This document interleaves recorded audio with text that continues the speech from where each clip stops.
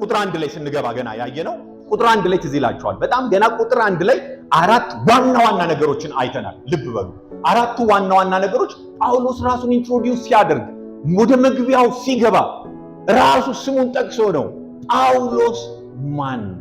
ጳውሎስ ብሎ ይጀምራል አይደል? እዚህ ጋር በጣም ሰፋ ያለ ነገር አይተናል። ጳውሎስ በምንም ይህንን መለኮታዊ እግዚአብሔር ሊፈጥረው የፈለገውን ማህበር የሚቀላቀልበት አግባብነት የሌለው ሰው ነበረ። ሪሊጂየስ የሆነ ሰው ነበረ። ለሃይማኖት አቀንቃኝ የሆነ ሰው ነበረ እና ጳውሎስ ታሪካዊ ዳራውን በጣም ለማየት እድሉን አግኝተን ነበረ። እግዚአብሔር የተባረከ ይሁን። በጣም የሚገርም ሰው ነው። ለሃይማኖቱ የቀና የተማረ የራሱ የሚላቸው እንደዚህና እንደዛ የሚላቸው ብዙ ነገሮች ነበሩ። እነዛን ነገሮች ሁሉ ትቶ ነገር ግን ጳውሎስ ብሎ ከዛም ደግሞ የክርስቶስ ባሪያ ይላል። ዴሊብሬትሊ ነው ይህን ነገር የሚናገረው። ሮም ከፍተኛ የአገዛዝ ሰዎችን ሁሉ የመጨቆን ዘመኑን የመቆጣጠርና በወቅቱ የነበሩ ገዢ አስተዳደር የነበረበት መስፍን የነበረበት ሁኔታ ነበረ።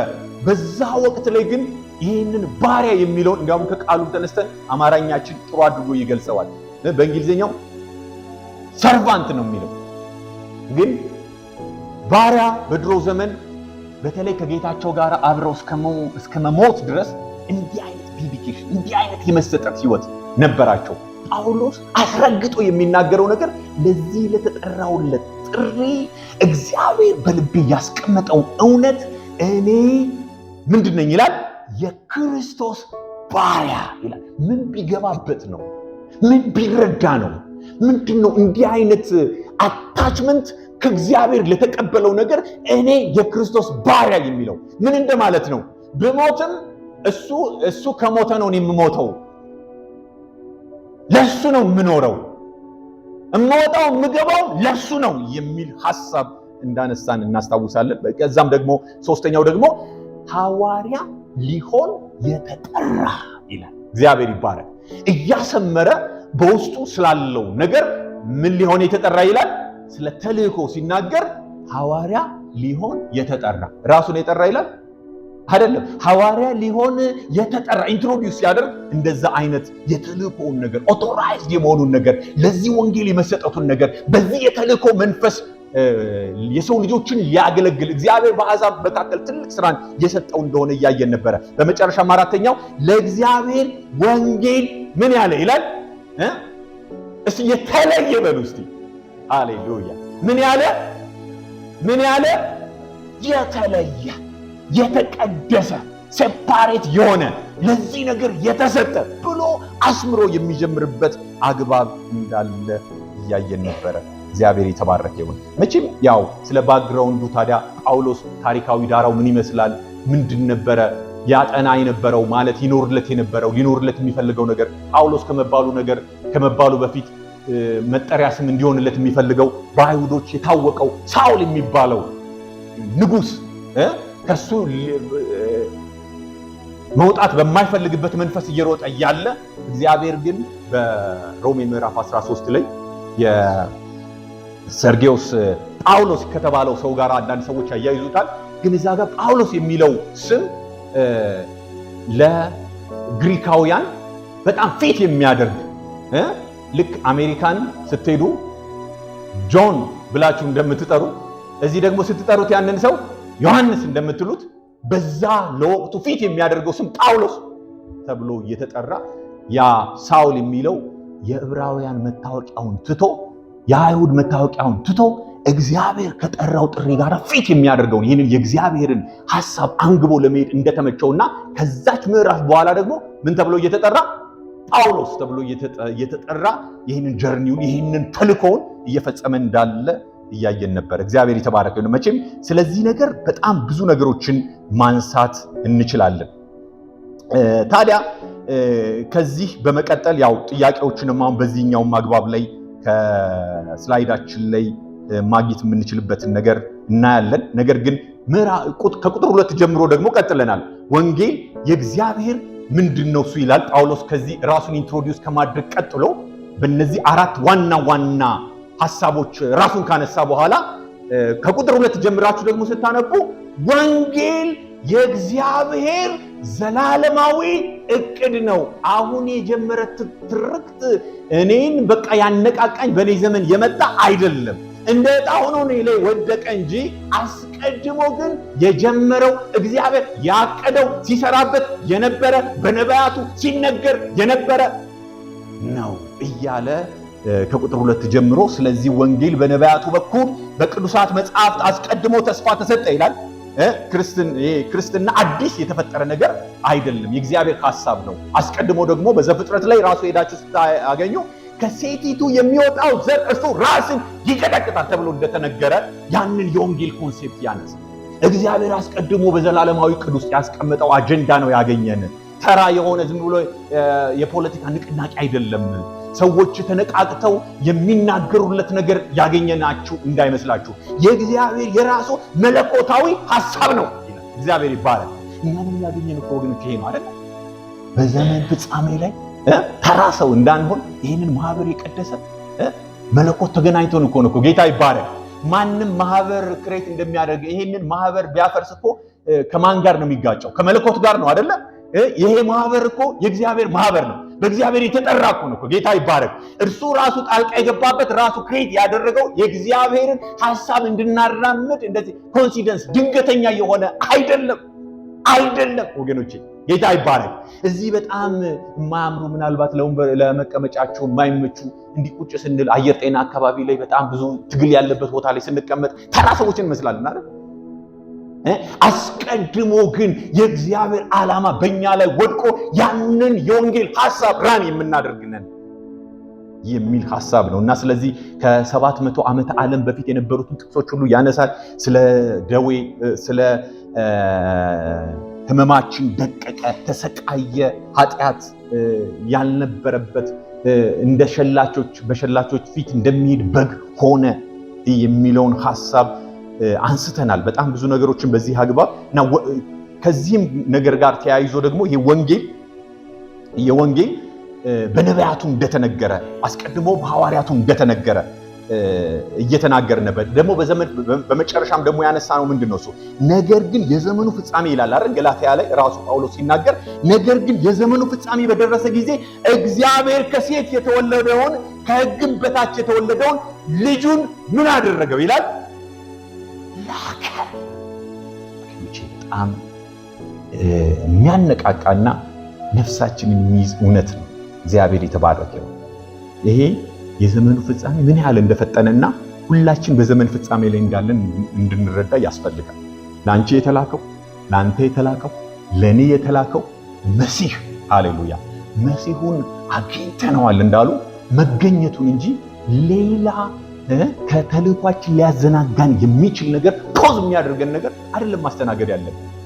በዘመኑ ፍጻሜ ላይ የተላከው ይሄ መሲህ ነው ጳውሎስ እንደተናገረው። ነገር ግን የዘመኑ ፍጻሜ ኦልሬዲ ሁሉ ነገር ባለቀበት በዚህ ጊዜ በደረሰ ጊዜ እግዚአብሔር ጊዜው በደረሰ ጊዜ ከሴት የተወለደውን ለዛውም ደግሞ ከሕግ በታች የተወለደውን ልጁን ላከው።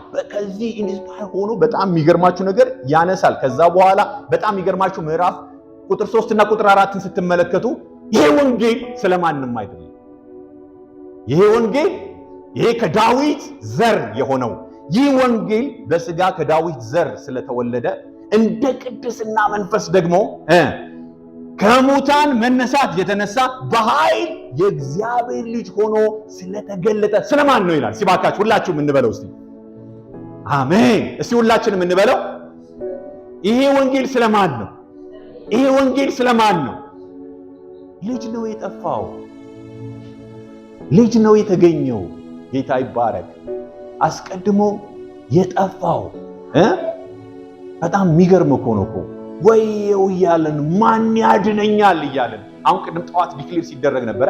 በቅዱስ አጠራሩ የጠራን እያለን ነው አይደል? እግዚአብሔር የተባረከ ይሁን።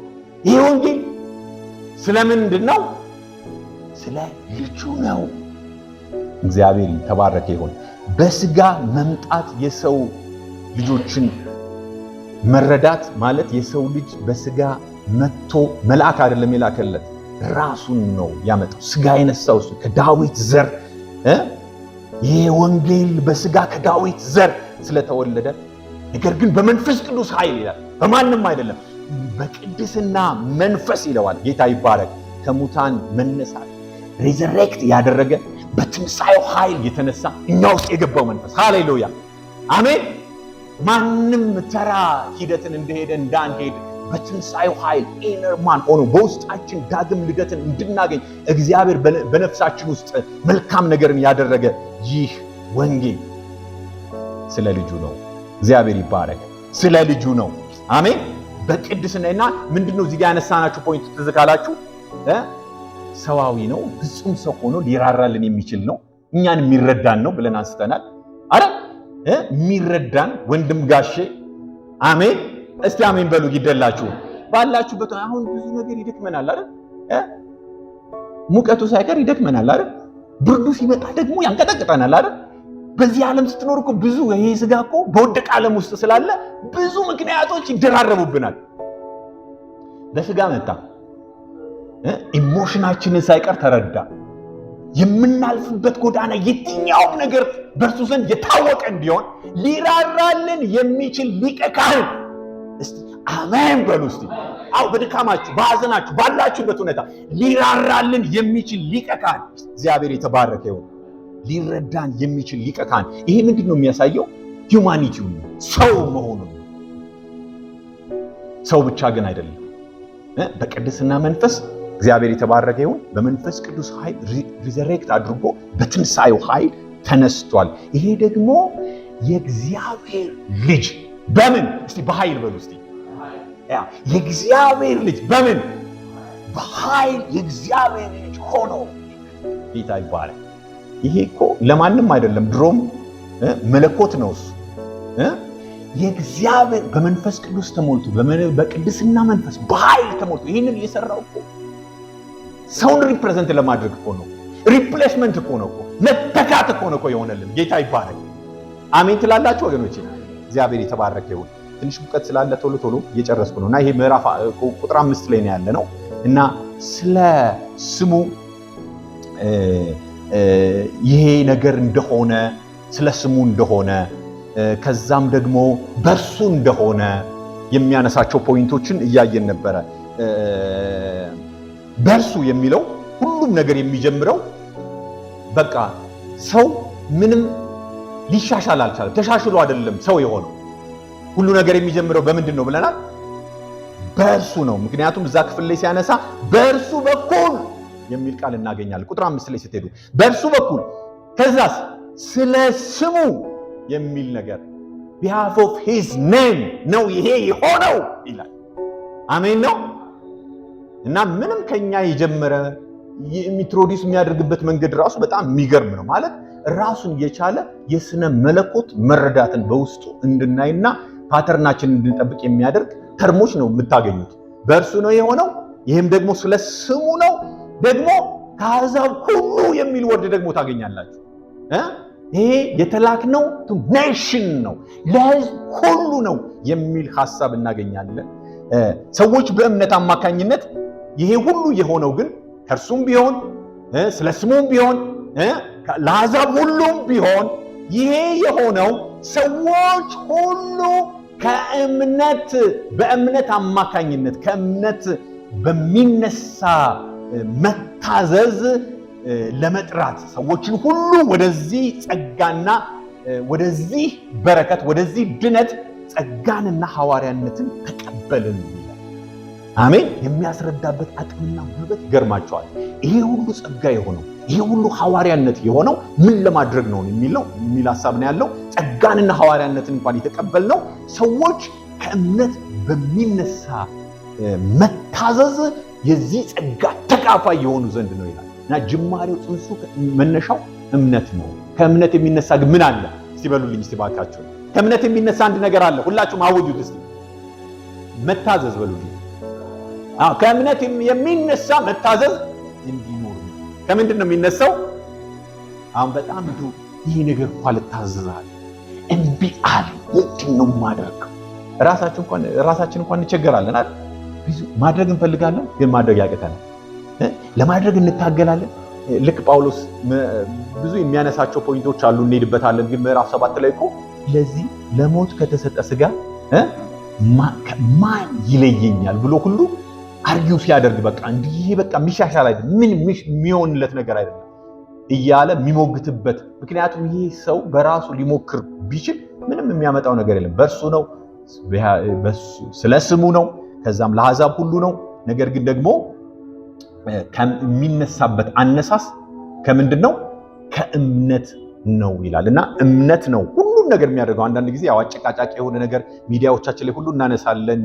በቃ እሱ አርፎ እንትን አይልም። አቃተው ታዲያ ምን ይደረግ? ጠዋት ተነስቶ እኮ መቀደስ ይፈልጋል እኮ። ንስሐ ገብቶ ገና ጠዋት ጸልዮ አልቅሶ ተዝረክርኮ 4 ሰዓት ላይ ኃጢአት ሲሰራ ያገኘዋል። ሰው በራሱ ይበረታል ወገኖቼ? ሰው በራሱ ይበረታል እንዴ? አይበረታም። እኔ በጣም አንዳንድ ጊዜ የኢቫንጀሊዝም ትሬኒንግ ስንሰጥ ምን እናነሳለን? አንዳንዱ የጽድቅ ረሃብተኛ ሆኖ ነው ጌታ የሚያገኘው። አንዳንዱ የሱስ ቪክቲም ሱሰኛ ሆኖ ሱሱን አንስቶለት ነው የሚያነሳው የሚጠራው። እና እኛ ብዙ ጊዜ ቤተክርስቲያን እንሄድ ነበረ። ኦርቶዶክስ ቤተክርስቲያን በጣም ብዙ የታወቁ አክቲቪቲዎችን እናደርጋለን እና ለመቀደስ የማናደርገው ነገር የለም። ጠዋት ላይ ግን እንዳልኳችሁ በቃ ለመቀደስ በጣም ብዙ ነገሮችን ብለን ወደ 4 ሰዓት ላይ ሲደርስ ከአንዱ ጋር ስላተም አገኘዋለሁ። በስድብ ምናምን በቃ ውስጤ ሁሉ ምን ይሻል ለመቀደስ ፈልጋለሁ፣ ውስጤ ረሃብ አለ። ነገር ግን በራሴ ምንም የምችለው ነገር የለም። ለካ በእኔ የሚኖር ኃጢአት አለ። ያ ኃጢአት የተሸነፈው ደግሞ በራሴ አይደለም። እግዚአብሔር የተባረከ ይሁን። ይሄ ሁሉ የሚከናወነውና ወደ ትክክለኛው የኢነር ማን የመነሳትና የመታዘዝ የመንቀሳቀስ እርምጃ የሚወሰደው በምንድን ነው የሚለው? በእምነት ነው። ጅማሬው ለካ ጳውሎስ ገባው። በቃ ነገሮች አልመጣ ሲላችሁ ያልታዘዘ ሜካኒካል ሲሆንባችሁ ተስፋ እንድትቆርጡ እግዚአብሔር ይፈልጋል። እስቲ አሜን በሉኝ። እስቲ ተስፋ መቁረጥ የመጀመሪያው ስቴፕ ተስፋ መቁረጥ። እናንተን አሻሽሎ እናንተ የተሻለ አድርጎ አይደለም የሚጀምረው፣ ራሱ ነው የሚጀምረው፣ ራሱ ነው የሚሰራው። እስቲ አሜን ትሉኛላችሁ?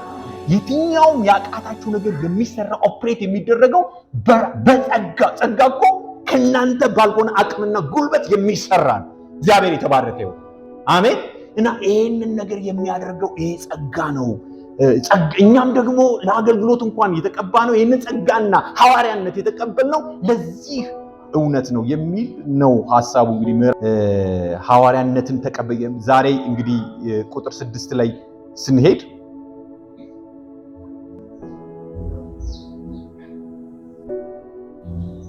ለዚህም ደግሞ አሁን እስካሁን ሊሄድንበትም ደግሞ ማጠቃለያ ይሄው ጥያቄዎች አሉ። ቁጥር 6 ላይ ግን አንድ ነገር እንድናውቅና በዚህ እውነት ዛሬ አውጀን በእያንዳንዳችን ላይ ተናግረን እንወጣለን። ጌታ ይባረክ። ቁጥር 6 ላይ ምንድነው የሚለው? በጣም የሚገርም ነው። እናንተ ራሳችሁም ለኢየሱስ ክርስቶስ እንድትሆኑ ከተጠሩት መካከል ናችሁ። እግዚአብሔር ይባረክ። እናንተ ራሳችሁ አሁን እንትኑ ዞረ። አሁን የሚናገርበት ራሱን የሳለበትና ኢንትሮዲዩስ የሚያደርግበትን መንገድ ጨረሰ። መግቢያውን ጨረሰ። ልክ ቁጥር 6 ላይ ይሄ ሁሉ በረከትና ይሄ ሁሉ ኃይል፣ ይሄ ሁሉ መንገድ፣ ይሄ ሁሉ አሰራር ደግሞ ለኛ ብቻ የሆነ ሳይሆን እናንተ ደግሞ አንቺስ ደግሞ አንተስ ደግሞ እንላለን አይደል? አንዳንድ ጊዜ ይኸውላችሁ ስለራሳችሁ ወይ ሰዎች ስለራሳችሁ ምናምን ሲናገሩ ራሱን ኤክስክሉድ አድርገው እንደሚናገሩ ትላላችሁ። እና ይሄ ሁሉ የሆነው በረከት ደግሞ ይሄ ሁሉ ጥሪ ደግሞ ለእናንተም ነው። ለሰባኪያን ብቻ አይደለም። የምሰብክበትንና አቅምና ጉልበት የሰጠኝ እንደዚህ ነው ስል ይሄ ነገር ለኔ ብቻ አይደለም የሚል ሐሳብ ነው ያለው። አሜን ትሉኛላችሁ? ለኛም የወደቀ ይሄ የምሕረት ደጅ የተከፈተበት አሰራር እግዚአብሔር በመንፈሱ በእያንዳንዳችን ላይ መገለጥን ያድርግ። ሃሌሉያ። ጠዋት ሲነበብ እኔ በጣም እየገረመኝ ነበረ። በቅዱስ አጠራሩ የጠራን። ሃሌሉያ። በቅዱስ አጠራሩ የጠራን ያዳንን፣ በቅዱስ አጠራሩም የጠራን እግዚአብሔር ነውና አይደል የሚለው? ማን ነውና? ራሱ እግዚአብሔር ነውና። ጌታ ይባረክ። ይህም እንደ ራሱ ሐሳብና ጸጋ መጠን ነው እንጂ እንደ ስራችን መጠን አይደለም። ይህም ጸጋ ከዘላለም ዘመን በፊት በክርስቶስ ኢየሱስ ደግመን ብናነበው ጥሩ አይደል? በክርስቶስ ኢየሱስ ምን አለ? እስቲ ተሰጠን በሉ እስቲ። ጊቭን ነው የተሰጠነው። እግዚአብሔር የተባረከ ይሁን። አሁን አንዳንድ ጊዜ እንዲሰጠን ማሰብና እንደተሰጠን ማሰብ በህይወታችን የሚያመጣው ትልልቅ ዲፍረንስ አለ፣ ትልልቅ የሐሳብ ለውጥ አለ። አሁን ይሄ ነገር እናንተም ደግሞ በዚህ እናንተም ራሳችሁም ለኢየሱስ ክርስቶስ እንድትሆኑ ከተጠሩት መካከል ናችሁ ሲል ጥሪ ያልደረሰው የለም። እናንተም ተጠርታችኋል የሚል ሐሳብ ነው ያለው። ጌታ ይባረክ። እና በቅዱስ አጠራሩ የጠራን ወገኖቼ ገና እንደው ቢጠራኝ የሚል ምልከታ እንዳይኖር ያደርገናል። ጌታ ኢየሱስ ክርስቶስ በዮሐንስ ወንጌል ምዕራፍ 15 ቁጥር 16 ላይ ትዝ ይላችኋል። እኔ መረጥኳችሁ እንጂ አሜን፣ ምርጫ ወድቀው ነው ከራሱ እኔ መረጥኳችሁ እንጂ እናንተ አልመረጣችሁም። በቅዱስ አጠራሩ የመረጠን ጌታ ስሙ ይባረክ። እንድትሄዱ ከዛስ አሜን ፍሬ እንድታፈሩ መረጥኳችሁ፣ ፍሬያችሁም እንዲኖር ሾምኳችሁ። ሁላችንም መለኮታዊ ጥሪ እንደደረሰን ጳውሎስ ያውጃል። የአዋጅ ደርሷል። አዋጅ አዋጅ አዋጅ! አሜን ነው። ተጠርታችኋል። የዚህ የጥሪው በጣም ታላቁ ጥሪ አግኝቷቸዋል። ምናልባት የተለያየ አክቲቪቲ ውስጥ ልትገቡና እናንተን ራሳችሁን በተለያየ ምልከታ እንድታዩና እንዳልተጠራ አይነት ስሜት ሊሰማችሁ ይችላል። እናንተ ደግሞ ተጠርታችኋል። ጌታ ይባረክ። ሁላችንም መለኮታዊ ጥሪ እንደደረሰን ነው የሚያውጀው። እግዚአብሔር ይባረክ። ጥሪው እንዳጋጣሚ የመጣ ሳይሆን መለኮታዊ ነው። እግዚአብሔር ይባረክ። የተሰጠንን ለመቀበል ጥረት ስናደርግ እንታያለን። ስለተደረገልን ግን መኖርን እንተዋለን። አሁን ጥሪው ስለተደረገልን ለማድረግ አንኖርም። ስለተደረገልን ግን እንኖራለን። አሜን ነው። ለማድረግ መኖርና ስለተደረገልን መኖር በጣም ትልቅ ዲፍረንስ፣ ትልቅ ለውጥ አለ።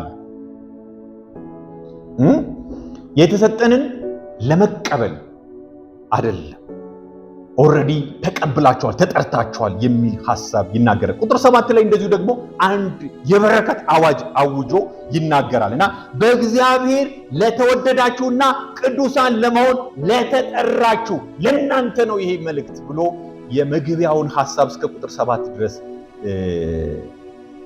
ይጨርሰዋል።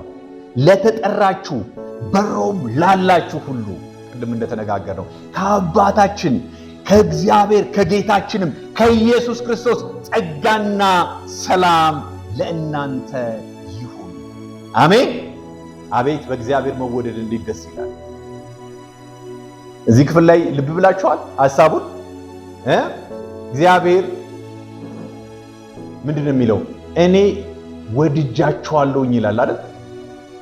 ብሉይ ኪዳን ላይ እኔ ወድጃችኋለሁኝ እናንተም በምን ወደድከን ትላላችሁ?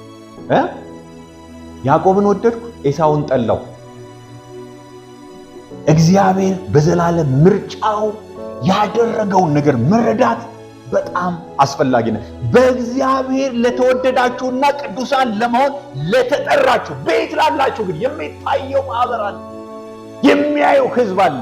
በክርስቶስ ኢየሱስ የተጠራ ህዝብ በሮም ውስጥ ላለችዋ ምንም እንኳን የተለያየ የስህተት ትምህርትና ዝርክርክ ያለ ነገር ቢኖርም ግን በእግዚአብሔር ተመርጣችኋል፣ በእግዚአብሔር ተወዳችኋል፣ በእግዚአብሔር ለተወደዳችሁ ይላል። እና ይሄንን መወደድ እና ለመቀደስ መጠራት መረዳት መቻል አለ። ለመቀደስ መጠራት ያው እንደምታውቁት ይሄ የቅድስና ህይወት ፕሮግሬሲቭ ነው። ተቀድሰናል፣ እየተቀደስን ነው፣ እንቀደሳለን። ይሄ እውነት ሁላችንም ልንረዳው ይገባል። በቃ ቀድሶኛል፣ ምንም ከዚህ በኋላ የለም የምንለው ነገር የለም። ወደ ቅድስና ስንመጣ ተቀድሰናል፣ እየተቀደስን ነው፣ ለዘላለም ደግሞ ከቅድስናው እንድንካፈል ይላል አይደለ? ልጆቹን ይቀጣል ይላል። እና በተለያየ ነገር ውስጥ እንኳን ስናልፍ ያካፍለን የፈለገው ከእርሱ ጋር እንድንካፈለው ኢንተራክት እንድናደርግና በእርሱ ብርሃን እንድንመላለስ የሚያደርግበት በምናልፍበት ጎዳና ሁሉ እርሱ እንኳን ያንን ነገር እንድናልፍ የሚፈቅደው ለምንድን ነው ይላል? ከቅድስናው በእርሱ የቅድስና ህይወት ውስጥ መግባት ወገኖች ትልቅ በረከት ነው። ትልቅ ደስታ የሚፈጥርልን ሄቨንሊ የሆነ ህይወት ነው። እግዚአብሔር የተባረከ ይሁን። አስቀድሞ በተደረገልን ነገር ብቻ ሳይሆን ስሩ ላይፍ ደግሞ በህይወታችን በሚመጣው ነገር ደግሞ እየተቀደስን ለዘላለም ደግሞ በቅድስና የእግዚአብሔር ብርሃን በእኛ ላይ እያበራ ጆይፉል የሆነ የደስታ ህይወት ለዘላለም እንድንኖር የተጠራንን ጌታ የተባረከ ይሁን። ስለዚህም አዋጁ ሲናገር ምን ይላል? በጸጋው በሰላሙ መሞላትን በረከትን ለእናንተ ይሁን። ከጌታ ከኢየሱስ ክርስቶስ ጸጋ ሰላም ለእናንተ ይሁን። ዛሬም በኢየሱስ ስም ባረካችኋለሁ። አሜን። ቅዱሳን በዚህ አየር ጤና እንድትካፈሉ እግዚአብሔር እድል የሰጣችሁ አሜን። የሌላ ሰላም አይደለም። እኔ የሚሰጣችሁ ሰላም ዓለም እንደሚሰጠው አይደለም ብሏል። እግዚአብሔር የተባረከው የጌታ ኢየሱስ ክርስቶስ ሰላም ህይወታችሁ ውስጥ ይግባ፣ ኑሯችሁ ውስጥ ይግባ፣ ዘመናችሁ ውስጥ ይግባ፣ እድል ፈንታችሁ ውስጥ ይግባ። ይሄ ሰላም ለእናንተ ይሁን። ሃሌሉያ። አዎ እንድናገለግለው በመጨረሻም በዚህ ሳምንት ላይ ሁላችሁንም ላነቃ ፈልጋለሁ። ማንም ሰው ተራ ሆኖ እንዲመላለስ አልተጠራም። አንደኛ በጸጋው በሰላሙም መሞላታችን መባረካችን ስለሌላ አይደለም። አስቀድሞ የወደቀብን ይሄ የሰማይ መጎናጸፊያ ርስትን እንድንቀበል የሆንበት እንድንዝናና እጃችንን አጣምረን በቃ ድኛለሁ እንድንል አይደለም፣ እንድናገለግለው ነው። አሜን ትሉኛላችሁ? ኢያሱ ወደ ከነዓን ምድር ሲመራቸው ህዝቦቹን ቀድሞ የወረሱትን የርስት ተካፋይ የሆኑትን እናንተ ደግሞ ወንድሞቻችሁ እስኪወርሱ ድረስ ወንድሞቻችሁን እንድታግዙ ርስቱን የናንተን ርስት ተካፋይ እንኳን ብትሆኑ ወደ ኋላ ተመለሱና እንደገና ውጊያውን አብረን እንዋጋ ይላችሁ። እናገልግል ማለት ነው። ጌታ ይባረክ። ሰልፍ አለበት አይደለ? አገልግሎት ውጊያ አለበት አይደል? ኖ እስከ መቼ ድረስ ወንድን ይህንን ርስት እስኪካፈሉ ድረስ አብረን ደግሞ የምንገጠገጥ አብረን ደግሞ የምንዋጋ ነን ይላቸዋል። እግዚአብሔር የተባረከ ይሁን።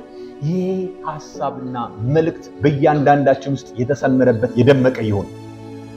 አሜን አትሉኝም? አዎ በምንም የማይሸረሸር ምንም አይነት ነገር የማይዘው ስለ አካሉ የምንካፈልበትና እግዚአብሔር የሰጠንን ተልእኮ ይዘን አንግበን የምንንቀሳቀስ ያድርገን። እናንተ ግን ከጨለማ ወደ አስደናቂ ብርሃኑ የጠራችሁን የእግዚአብሔርን ታላቅ ስራ ይላል አይደለ ጴጥሮስ ላይ የእግዚአብሔርን ታላቅ ስራ አሜን አሜን አሜን የእግዚአብሔርን ታላቅ ስራ እንድታውጁ የተመረጠ ትውልድ ያስ እስቲ አሜን በሉ ባካችሁ ድምጻችሁን ከፍ አድርጉ። ምን ያለ ትውልድ አሜን አሜን አሜን ይሄ ቹዝን የሆነ ታላቅ ህዝብ ነን። እግዚአብሔር ይመስገን። ድሮ ትዝ ይለኛል ጌታ ይባረክ 80ዎቹ ላይ በጣም አንደርስቲሜት አድርገው የሆነ ቦታ ፖሊስ ጣቢያ ደርግ 83 ላይ እንደዚህ የሆነ ክርስቲያኖችን ያስራቸው ነበረ እና አንድ መዝሙር ድሮ የምንዘምረው መዝሙር አለ። ምን ይላል መሰላችሁ? ታላቅ ህዝብ ነን ሃሌሉያ። አስረውን እኮ በጤዛ ጠዋት እያንከባለሉን ልክ ከእስር ቤት ውስጥ ስንገባ ታላቅ ህዝብ ነን ሃሌሉያ። ያኔ እኔ በጣም እድሜን እንዳታስብ እግዚአብሔር የተባረከ ይሁን። በርግጥ ውስጥ የነበርኩኝ ግን 83 አረሳው 83 ላይ የተካፈልነው ልጆቹ በጣም እንዴት አይነት መንፈስ ነበረ፣ ወጣቶች እንዴት አይነት መንፈስ ነበረ። ያኔ እኮ ነቅለን የመጣንበት መንፈስ በጣም የሚገርም ነው። እስር ቤት ታስረን ታላቅ ህዝብ ነን ጥቂት ነን ደግሞ ሃሌሉያ በከበረው ደሙ የተዋጀን የእግዚአብሔር ብርሃን የበራልን አሜን ታላቅ ህዝብ ነን እንላለን። እግዚአብሔር ይመስገን። በርግጥ ከዛ ዓመታት በኋላ እንዴት አይነት ህዝብ ኔሽን እንዳለ እየተነቀለ እንደመጣ ያ ሁላችንም ምስክር ነን። እግዚአብሔር ግን በቁጥር ከመቶ እንኳን አንበልጥምና ግን ምን እንል ነበረ? ታላቅ ህዝብ ነን። ታላቅ ህዝብ፣ ታላቅ የተመረጠ ትውልድ፣ የንጉስ ካህናት፣ የተቀደሰ ህዝብ፣ እግዚአብሔር ገንዘቡ ያደረገው ህዝብ ናቸው ይላል። አሜን ትሉኛላችሁ? ትቀበላላችሁ በእምነት? ዛሬ እግዚአብሔር የተባረከ ይሁን። ሰመራይዝ ስናደርግ በአንዳንድ ቃል እየገለጥኩ ሲሄድ አገልጋይና ባሪያ እንድንሆንለት ተስማምተን እንደ ሐዋርያቶቹ እንደ ሐዋርያው እንደ ጳውሎስ አሜን ተማምለን ልንገባበት ወደ ኋላ ላንል የገባንበትን እውነት ልናሰምርና ልናደምቅ እግዚአብሔር ጠርቶናል። እኔ የክርስቶስ ባሪያ በሉ እስቲ። አዋጅ እናውጃለን። እኔ የክርስቶስ ባሪያ ነኝ በሉ እስቲ። አሜን አሜን። እስቲ ጮክ በሉና እኔ የክርስቶስ ባሪያ ነኝ። አሜን። እኔ የክርስቶስ ባሪያ ነኝ ስትሉ ባሪያ ያው በትህትና ለጌታው ይመላለስ አይደል? ጌታ አለው። ጌታው ማስተር ሾሟል በራሱ ላይ ደግሞ የተጠራን ነን። ለምን የተጠራነንም በሉ። አዎ ለምን? ከዓላማው ከተልእኮው ፍንግት ወደ ኋላ እንዳንል ሐዋርያ ሊሆን የተጠራ አሜን፣ የተላከ። እዚህ ዝም ብዬ ተራ ነገር ዝም ብዬ ማንም እንደሚጫወት ልጫወት አይደለም የተጠራው። ጥሪ የደረሰኝ ሰው ነኝ። የተለየ ይላል አይደል? እስቲ የተለየን ነን በሉ እስቲ። አሜን። የተለየን ነን በሉ እስቲ። ጮክ በሉና ለማ የተለየ ለእግዚአብሔር የተለየ የተቀደሰ አሜን አሜን። ከዛ ባለጸጋ ነን በሉ እስቲ። አሜን። ለእርሱ ስራ የታጠቅን ኢኩፕ የሆንን ኤምፓወርድ የሆንን አንዳንድ ስፒከሮች አሉ። በጣም ብዙ ጊዜ ግራ ይገባኛል። ፓወርድ ነው ወይስ ፓሲቭ ነው ይላሉ። እና ምን ማለት ነው? አሁን እነዚህ ስፒከሮች ፓወርድ ናቸው እዚህ ጋርና እዚህ ጋር የምታዩቸው እና በሚክሰሩ አማካኝነት እንትን ይላሉ። ግን ደግሞ አንዳንድ ስፒከር ማለት በራሱ ፓሲቭ ነው የሚል ነገር አለ እና ይሄ ራሱን ስፒከር ያወጣል፣ ኪቦርዱንም ይቀበላል በራሱ። ግን በሚክሰር በኩል ደግሞ ሊቀበል እናደርገዋለን። እኛ ግን ምንድነው የሚለው? በእግዚአብሔር ጸጋ እግዚአብሔር የተባረከ ይሁን አሜን። በጸጋ ነን ስንል ኤምፓወርድ ነን እያለን ነው። በእግዚአብሔር ጸጋ የተሞላን ነን። ይህንን እውነት ማወቅና መረዳት አለብን። ለማን ነው የታጠቅነው? እሱን ለማገልገል ነው። ለእርሱ ስራ የታጠቅን ነን እያለን ነው። የሰላም ሰዎች ነን በሉ እስቲ አሜን። ቁጥር 7 ላይ እኮ የእግዚአብሔር ሰላምና ጸጋ ለእናንተ ይሁን ብሎ ሲባርክ እኮ ይህን እንድንረዳ ነው። ጌታ ይመስገን አሜን። የሰላም ሰዎች ነን፣ በክርስቶስ ድል ያረፍን ነን እያለን ነው። መግቢያችን ላይ ትዝ ይላችኋል። ይሄ መጽሐፍ አንዱ ዲል የሚያደርገው መጽደቅ በእምነት ነው ይላል። ምዕራፍ 5 ቁጥር 1 ላይ ሄደን ስናነብ ምን እንላለን? እንግዲህ በእምነት ከጸደቅን ሰላምን ደግሞ በቃ ሶፋው ላይ ተቀመጠ። ሶፋው እኮ ላንተ ነው እንደማለት ነው። ምንድነው የምትሰራው አንተ? ሌላ ጋር ምን ታደርጋለህ ነው። በእምነት ከጸደቅን ሰላምን ደግሞ በእምነት እንያዝ። ስለዚህ የሰላም ሰዎች ነን ስንል በክርስቶስ ነው የተጠናቀቀው። በክርስቶስ ድል ያረፍነን እያለን ነው። ጌታ ይመስገን። ደግሞ የተላክነን በሉ እስቲ አሜን። ወዴት ነው የተላክነው? ወደ ህዝቦች ሁሉ የተላክን ነን። ወደ ህዝቦች ሁሉ የተላክን ነን። አሜን። እግዚአብሔር ይባረክ። በዚህ እውነት ላይ ዳይጀስት እያደረግን ይህንን እውነት ፕሪንት አውት ስናደርግ ልባችን ውስጥ ስናትም ወገኖቼ የትኛውም ሰጣ ገባ የትኛውም በውጪ የሚረጭ አጉል ያልጠበቀ ያልጸናንበትን ትምህርት አባረን ለእግዚአብሔር ክብር መሆን የምንችልበትን ነገር እናደርጋለን።